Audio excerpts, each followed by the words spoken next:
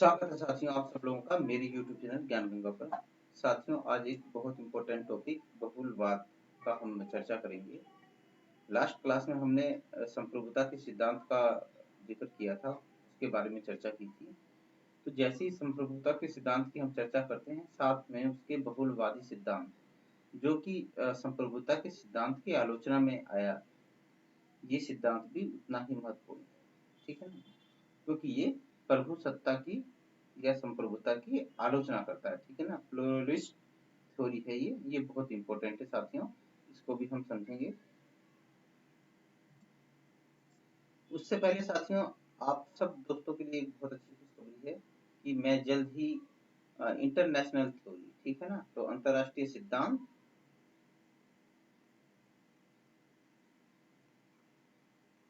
सिद्धांत और संबंध, ठीक है ना, संबंध, इस पर एक पूरा पूरा का पूरा कोर्स लेके आ रहा हूँ। ठीक है ना, एक पूरा कोर्स होगा, ये कोर्स बनने के लिए दे दिया है। और इसमें क्या होगा, थ्योरेटिकल पार्ट और आपका इंस्टीट्यूशन, ये दोनों होंगे। और नेट नेट के एग्जाम में यहाँ से 10 क्वेश्चन आते हैं, ठीक है ना, 10 क्वेश्चन आते हैं। और पीजीटी में भी ये बहुत इंपॉर्टेंट है। तो आप चाहे नेट जेआरएफ की तैयारी कर रहे हो या पीजीटी की, आपके लिए ये बहुत इंपॉर्टेंट होने वाला है। और इस कोर्स की एक विशेषता ये भी है साथियों, ये कोर्स अपने आप में पूरा होगा। इसे करने के बाद आपको किसी बुक, किसी क्लास, किसी किसी सामग्री की जरूरत नहीं है, क्योंकि पहले हम यहाँ पे क्या करवाएंगे, कॉन्सेप्ट क्लियर करेंगे। कॉन्सेप्ट क्लियर करेंगे, मैं आपको अच्छे से डीप डीप समझाऊंगा, छोटी से छोटी बातें बताऊंगा इसके अंदर।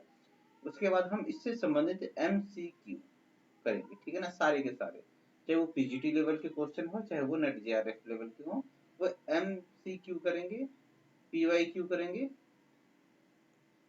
ठीक है, इसमें भी अगर कोई डाउट रह जाता है, ठीक है ना, कोई क्वेश्चन रह जाता है जो आपके समझ में नहीं आता है, ठीक है ना, कोई प्रश्न या क्वेश्चन रह जाता है जो आपके समझ में नहीं आता है, उन क्वेश्चंस को इकट्ठा करके, ठीक है, उन क्वेश्चंस का एक ग्रुप बना के उस पे भी वीडियो होगा, उस पे भी लेक्चर होगा, ठीक है ना, उस पे भी वीडियो लेक्चर लेक्चर मैं आपको दूंगा, ठीक है ना। और उसके एक आपका क्या होगा, क्विज होगा, क्विज भी होगा। तो कोई भी क्वेश्चन बाहर नहीं जाने वाला है, कोई कॉन्सेप्ट आपसे छूटने वाला नहीं है, ठीक है ना। सारी की सारी चीजें तो इंटरनेशनल थ्योरी में आपका जो इंटरनेशनल जो जितने भी अंतरराष्ट्रीय राजनीति से संबंधित सिद्धांत हैं वो, और आपके जो इंस्टीट्यूशंस हैं, ये सारे के सारे मैं आपको बहुत अच्छे से समझाने वाला हूँ, ठीक है ना। तो दोस्तों आप में से जो भी हैं वो सब मेरे चैनल ज्ञान गंगा को सब्सक्राइब कर लें, ठीक है। और टेलीग्राम पे मेरे से जुड़ जाएं, यूट्यूब चैनल का लिंक ये था। और ये मेरा कॉन्टेक्ट नंबर है, कुछ समझना है, कोई आपको डिस्कशन करना है, कोई जानकारी प्राप्त करनी है पीएचडी एडमिशन से या नेट जेआरएफ के बारे में, तो आप मेरे को व्हाट्सएप कर सकते हैं, ठीक है ना। ये व्हाट्सएप करना, आप व्हाट्सएप कर देना, ठीक है ना। तो दोस्तों आज की क्लास शुरू करते हैं, इस चर्चा को यहीं पे रोकते हैं। बहुलवादी सिद्धांत बहुत इंपॉर्टेंट सिद्धांत है, क्योंकि संप्रभुता के सिद्धांत की आलोचना करता है। बहुलवाद राज्य एक तत्वीय स्वरूप, ठीक है ना, जहाँ पे सिर्फ एक तत्व, ठीक है, उसकी अखंड प्रभु सत्ता का खंडन करके समाज की अन्य संस्थाओं के समक्ष रखता है। मतलब दोस्तों ये जो राज्य की सर्वोच्चता है, कि हम कहते हैं कि सभी संस्थाओं में या सभी समुदायों में क्या है, राज्य ही उच्च है, ठीक है ना, राज्य ही सर्वमान्य है, उसका उल्लंघन नहीं किया जा सकता। लेकिन बहुलवाद क्या कहता है कि राज्य को अन्य संस्थाओं के समान ही मानता है, ठीक है ना, अन्य समुदायों या संस्थाओं के समान मानता है। और ये क्या करता है, राज्य की प्रभुसत्ता का खंडन करता है, ठीक है ना। और क्या है, सामाजिक उद्देश्यों की पूर्ति के लिए राज्य के साथ साथ अन्य सामाजिक संस्थाओं की भूमिकाओं पर भी महत्व देता है। और दोस्तों राज्य का उद्देश्य क्या है, राज्य के कुछ सामाजिक उद्देश्य है, ठीक है ना, ठीक है ना। हमारा नैतिक विकास हो, अच्छा विकास हो, हमें न्याय प्राप्त हो, तो स्वतंत्रता मिले, तो ये चीज ये राज्य का कार्य है, ठीक है। उसी तरह से बहुत सारी ऐसे समुदाय हैं जिनका भी यही कार्य है, ठीक है ना। जैसे अब कोई स्कूल, चर्च, ठीक है ना, कोई संस्था, उनका भी यही कार्य होता है, ठीक है ना। और जैसे क्या होते हैं, कुछ ऐसे समुदाय संगठन हैं जो लोगों की मदद करते हैं, ठीक है ना। और ऐसे भी समुदाय हैं जो क्या बोलते हैं, आपको सहायता करते हैं, हेल्प देते हैं। तो बहुत सारे ऐसे समुदाय हैं। और ये जो समुदाय हैं ये राज्य की उत्पत्ति से पहले भी थे, ठीक है ना। सामाजिक व्यवस्था तो समाज राज्य से पहले था।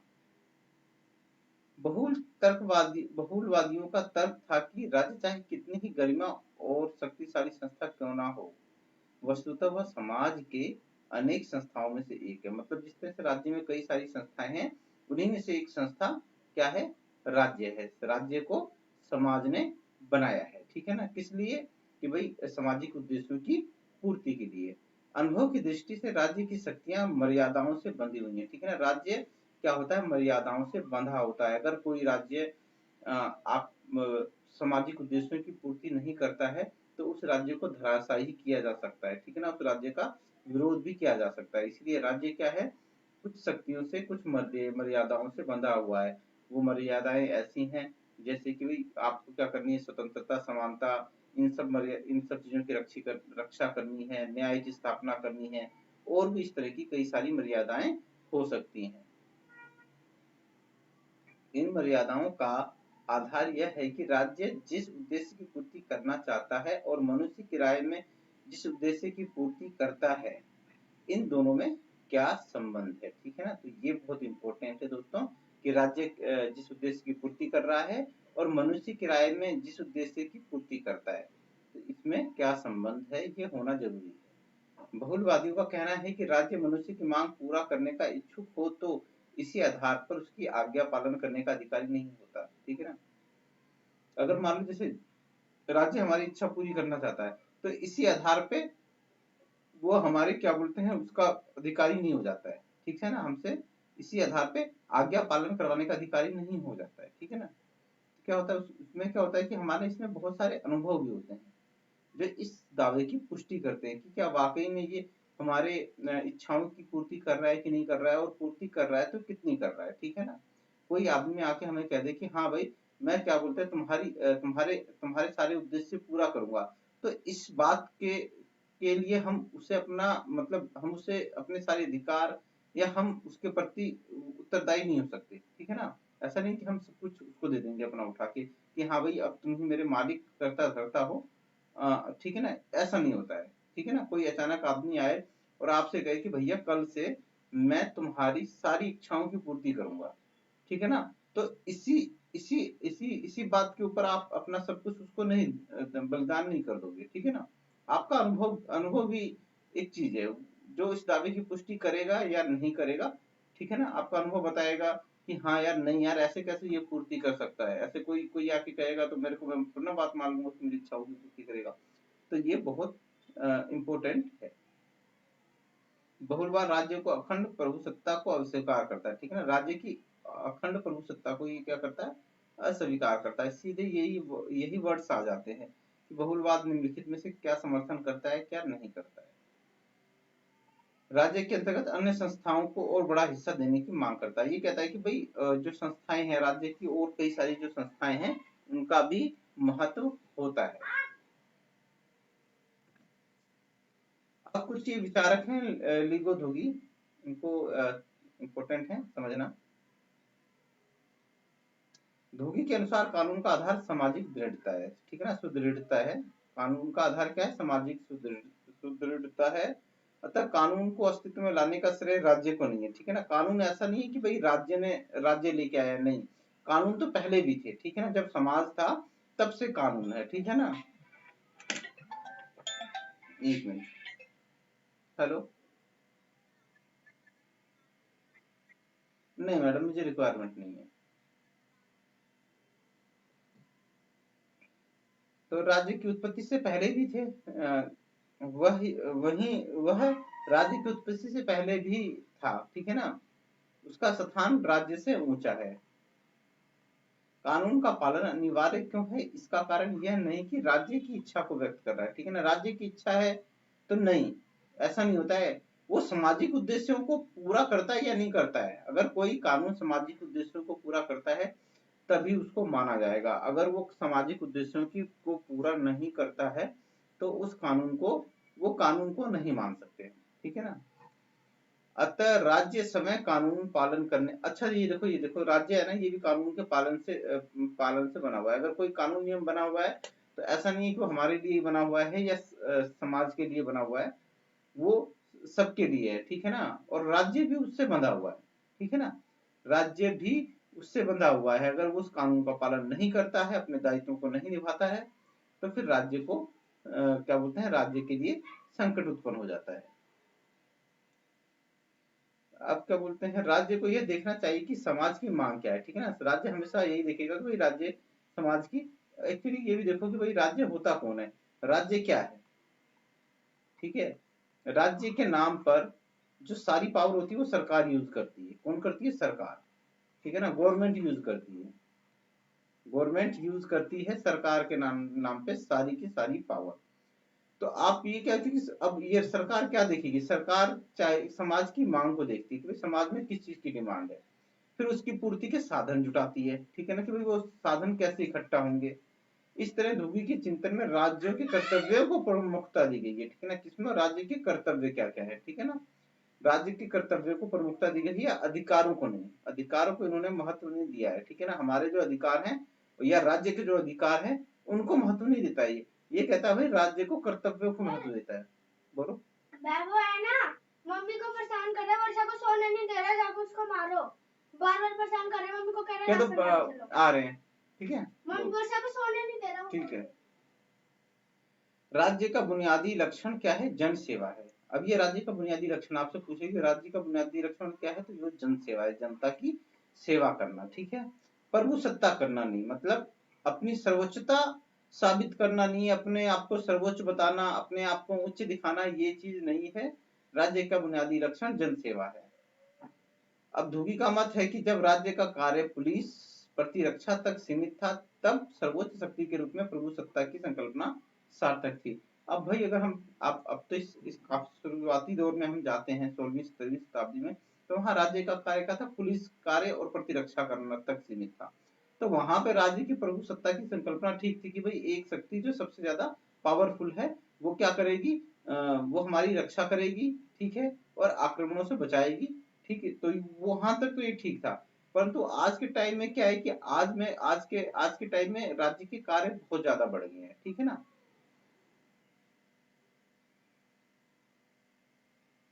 परंतु आज के राज्य, आज है, ठीक है ना, आमदनी नहीं है। आज आज के राज्य का मुख्य कार्य जन कल्याण है। ठीक है ना।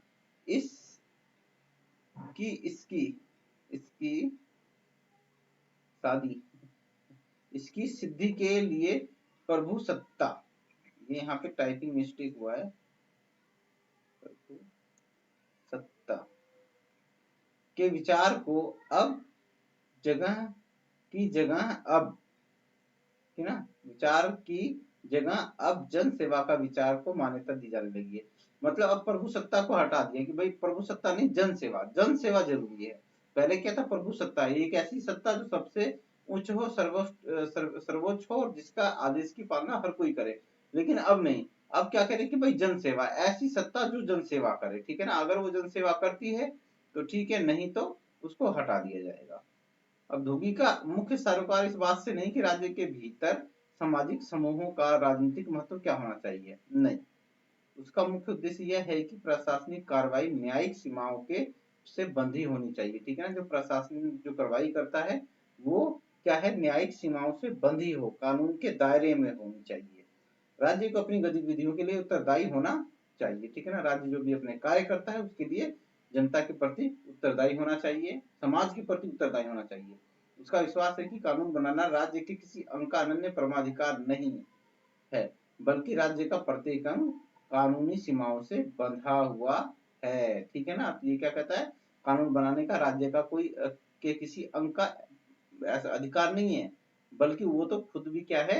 कानूनी सीमाओं से बंधा हुआ है। अब दोस्तों आप कहते हो कि कानून का निर्माण विधानसभा में होता है या विधानमंडल में होता है, ऐसी बात नहीं दोस्तों। हमारे जो रीति रिवाज परंपरा है और जो बदलती परिस्थिति के अनुसार सामने आता है, जो डिमांड्स होती हैं, उन्हीं को ही राज्य क्या करता है, राज्य या सरकार उनको मान्यता प्रदान कर देती है और वो कानून का रूप धारण कर लेते हैं। ठीक है ना, तो ऐसा नहीं कि कानून वो बनाते हैं, नहीं। ठीक है ना, अब मान लो क्या बोलते हैं, समाज में बहुत ज्यादा डिमांड उठ जाए कि भाई ये जितने भी बलात्कारी हैं इनको, चाहे वो किसी क्या बोलते हैं 40 इयर्स की लेडी का रेप किया हो, 30 इयर्स की का रेप किया हो, या वो कोई नाबालिग हो उसका रेप किया हो, कोई किसी का भी रेप किया हो, लेकिन उसको फांसी मिलनी चाहिए। ठीक है ना, अगर ये डिमांड हम करें, पब्लिक करे, सारी की सारी पब्लिक मिलके करे, समाज करे, तो क्या होगा कि उसके ऊपर फिर कानून बना दिया जाएगा। क्यों? क्योंकि ये समाज की डिमांड है। ठीक है ना, समाज की डिमांड है। अभी क्या होता है कि हर एक ज्यादा उम्र के लिए होता है तो उसके लिए शायद कुछ अलग प्रावधान है, और कम उम्र वालों के लिए अलग प्रावधान है। लेकिन अगर मान लिया जाए कि नहीं भाई, रेप ही नहीं, अगर किसी ने किसी को छेड़ भी दिया तो उस पर भी क्या बोलते हैं 14 साल का कारावास होगा, और अगर उसने रेप किया तो उसको क्या बोलते हैं आपका फांसी होगी। ठीक है ना, ऐसा अगर हम डिमांड कर दें तो फिर वो कानून, उसको कानून बनने से कौन रोक देगा? कोई नहीं रोक पाएगा, क्योंकि सरकार भी खुद कहीं ना कहीं वो हम लोगों से बंधी हुई है। ठीक है ना, जो हम डिमांड्स करेंगे, ठीक है, वो उसको उसी पे ही कानून बनाती है। अब ये हुगो क्रैब का मत है कि राज्य के अस्तित्व में लाने का श्रेय कानून को है। ठीक है ना, राज्य को अस्तित्व में लाने का श्रेय कानून है। राज्य ऐसा समुदाय है जो कानूनी मूल्यों की स्थापना करके सार्वजनिक सेवाओं की व्यवस्थाओं के लिए उपस्थित साधन जुटाता है। अब देखो दोस्तों, राज्य ऐसा समुदाय जो कानूनी मूल्यों की स्थापना करता है। ठीक है ना, अभी जैसे हमने आप डिस्कशन किया अभी 1 मिनट पहले कि हम जो डिमांड्स करते हैं, ठीक है, या जो परंपरा के तौर पे चला हुआ आ रहा है, ये उनकी स्थापना कर देता है।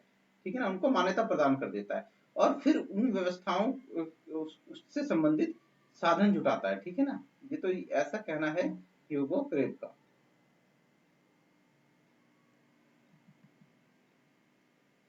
आगे बढ़ते हैं साथियों, बारकर महोदय क्या कहते हैं। बारकर का विचार था कि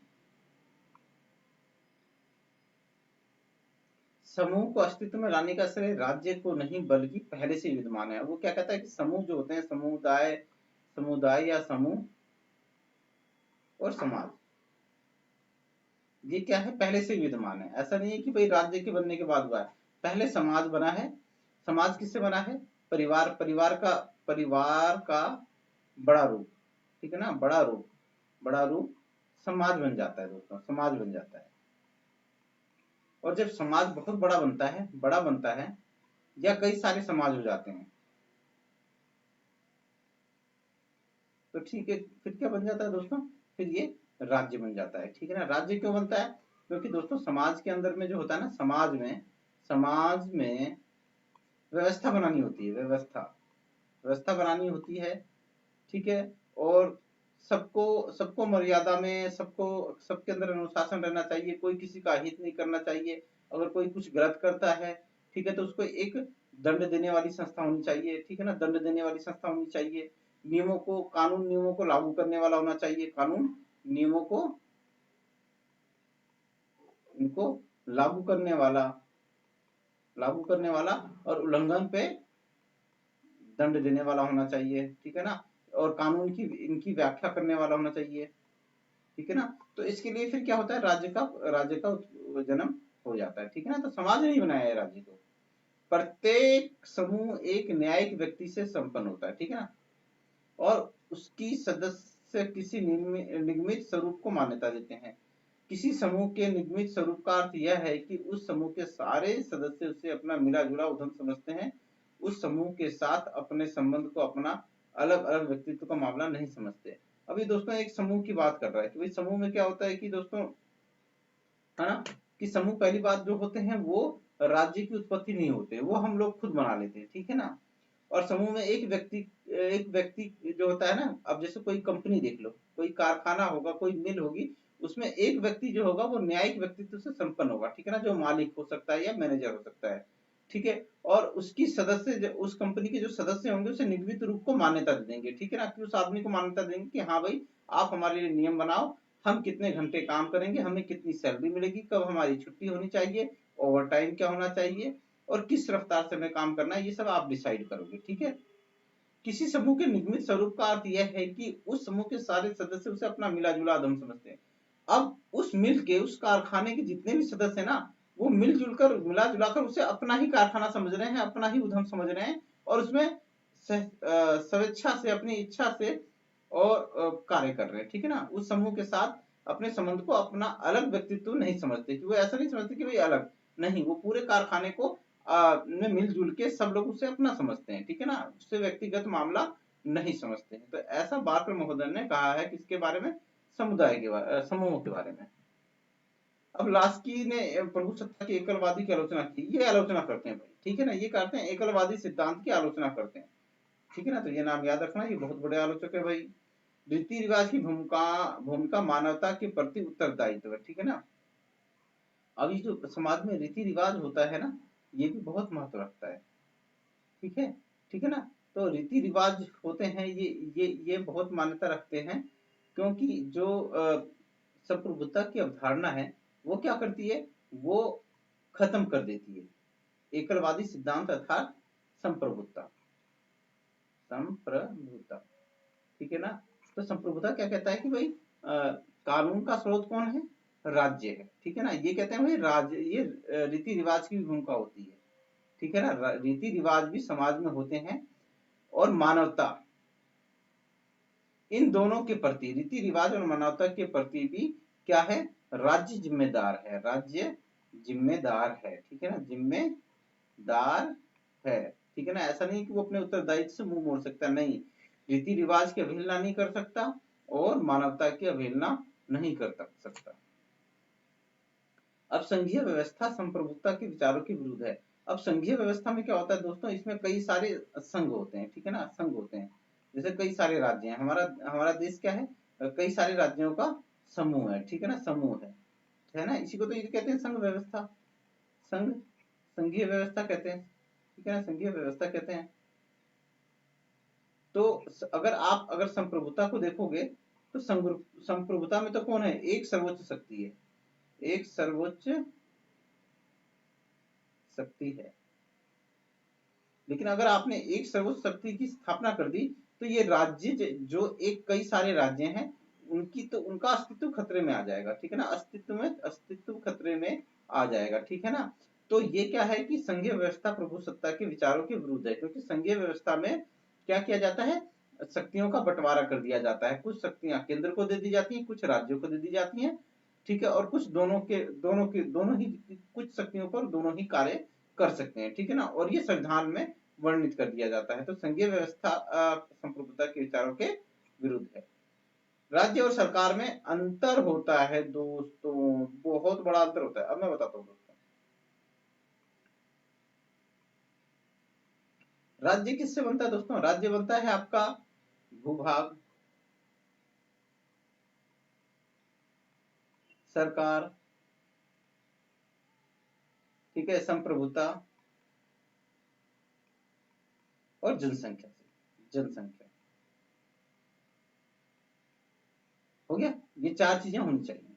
अब सरकार जो है ना,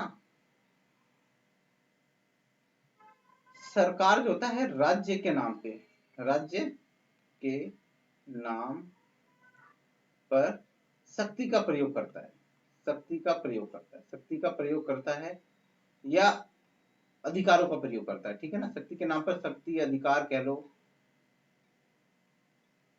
ठीक है ना, या उत्तरदायित्व, जो भी कहना चाहो वो कह सकते हैं। राज्य के नाम पे शासन कौन करता है, राज्य के नाम पे शासन कौन करता है, शासन कौन करता है, सरकार करती है। सरकार क्या है दोस्तों, सरकार बदलती रहती है, रहती है। ठीक है ना। हर 5 साल में, कहीं 5 साल में, कहीं में 6 साल में, जो भी जिस देश का जो भी डिसीजन होता है, ठीक है ना, उसके दौरान चेंज हो जाती है। तो दोस्तों राज्य, राज्य क्या होता है, राज्य स्थायी रहता है, स्थायी रहता है। राज्य क्या रहता है, स्थायी रहता है। भारत आज भी है, आज से 50 वर्ष पूर्व भी था और 50 वर्ष बाद भी होगा। भी होगा, ठीक है ना। तो क्या हो गया दोस्तों कि राज्य स्थायी होता है, सरकार अस्थायी होती है, ठीक है ना। राज्य विशेषाधिकारों का प्रयोग नहीं करता है, राज्य के नाम पे सरकार उनका उन विशेषाधिकारों का प्रयोग करती है, ठीक है ना। सारा सब कुछ डिसीजन सरकार लेती है, राज्य कुछ नहीं लेता है, इसलिए ये दोनों चीजें अलग अलग है, ठीक है ना। राज्य को निष्ठा की मांग करने से पहले अपनी श्रद्धा का औचित्य सिद्ध करना चाहिए। भाई राज्य अगर हमसे अगर सब कुछ सर्वोच्च मांग रही है तो उससे पहले उसे क्या करना चाहिए, अपनी श्रद्धा का औचित्य सिद्ध करना चाहिए, उसे सिद्ध करना चाहिए कि भाई हाँ मैं आप लोगों के उद्देश्यों की पूर्ति करता हूं या करूंगा, ठीक है। शक्ति का लोकतंत्रीकरण करना आवश्यक है, शक्ति ऐसी होनी चाहिए भाई बटी होनी चाहिए, ठीक है ना, बटी होनी चाहिए, ठीक है ना। शक्ति का केंद्रीकरण नहीं होना चाहिए, केंद्रीकरण नहीं होना चाहिए, ठीक है ना। विकेंद्रीकरण होना चाहिए, लोकतंत्रीकरण होना चाहिए, ठीक है ना, ताकि सबके पास ये पावर्स रहे, ठीक है। तो ये था लास्की के विचार थे। मैकाइवर ने भी भाई इसकी आलोचना की है, देख सकते हैं। मैकाइवर के अनुसार प्रभु सत्ता कोई असीम शक्ति नहीं हो सकती, ये मना करते हैं कि कोई असीम शक्ति नहीं हो सकती प्रभु सत्ता, बहुत से बहुत राज्य का कृत्य मान सकते हैं, मतलब राज्य का कार्य है ये, ठीक है ना। कि प्रभु सत्ता के नाम पे राज्य जो भी कार्य करता है वो सिर्फ कार्य है, ठीक है ना, प्रभु सत्ता नहीं है। राज्य का इसका गुण नहीं मान सकते, राज्य का गुण क्या हो सकता है भाई, राज्य का गुण कल्याणकारी कार्य हो सकते हैं। पूर्ण प्रभु सत्ता का सिद्धांत खंडन करते हुए मैकाइवर ने बहुलवादी दृष्टिकोण का समर्थन किया है। तो ये क्या है, बहुलवादी, लास्की और मैकाइवर बहुलवादी है। क्वेश्चन पूछ सकता है आपसे, निम्नलिखित में से कौन बहुलवादी है और कौन बहुलवादी नहीं है, ठीक है ना। राज्य किसी इच्छा की अभिव्यक्ति नहीं है, ठीक है ना। राज्य क्या है, राज्य किसी इच्छा की अभिव्यक्ति नहीं है, इसका तो क्या किया है, निर्माण किया गया है, पब्लिक ने किया है। राज्य रीति रिवाज का रक्षक है, राज्य क्या करता है कि जो हमारे रीति रिवाज चले आ रहे हैं उनके उनको क्या करता है, उनकी सुरक्षा करता है, उनकी रक्षा करता है, ठीक है ना। राज्य कानून की घोषणा करता है, उसका सृजन नहीं करता। तो ये क्या करता है, कानून की घोषणा करेगा, उसका सृजन नहीं करेगा, जैसा कि अभी हमने थोड़ी देर पहले डिस्कस किया था कि भाई ये कानून को मान्यता दे देता है।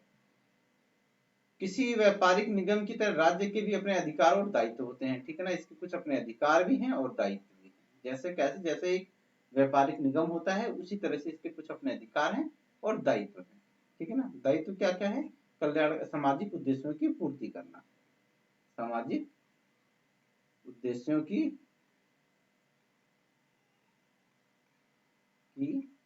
पूर्ति करना। राज्य अन्य मानव संगठन के आंतरिक मामलों का नियमन नहीं कर सकता। भाई जो हमारे मानव संगठन है उनके आंतरिक नियमों में ये दखलंदाजी नहीं कर सकता दोस्तों, ठीक है ना। अगर कोई सोसाइटी है, ठीक है ना, कोई सोसाइटी बनाई गई है, जैसे वृद्धा आश्रम के नाम पे कोई सोसाइटी है, तो उसके जो आंतरिक मामले होंगे वहां ये हस्तक्षेप नहीं कर सकता, ठीक है ना। या कोई कारखाना या कोई मिल है उसके भी आंतरिक मामलों में ये हस्तक्षेप नहीं कर सकता,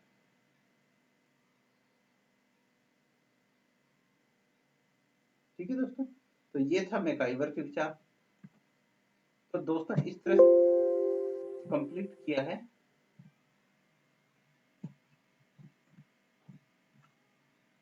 तो होप कि आप लोगों को ये समझ में आ गया होगा।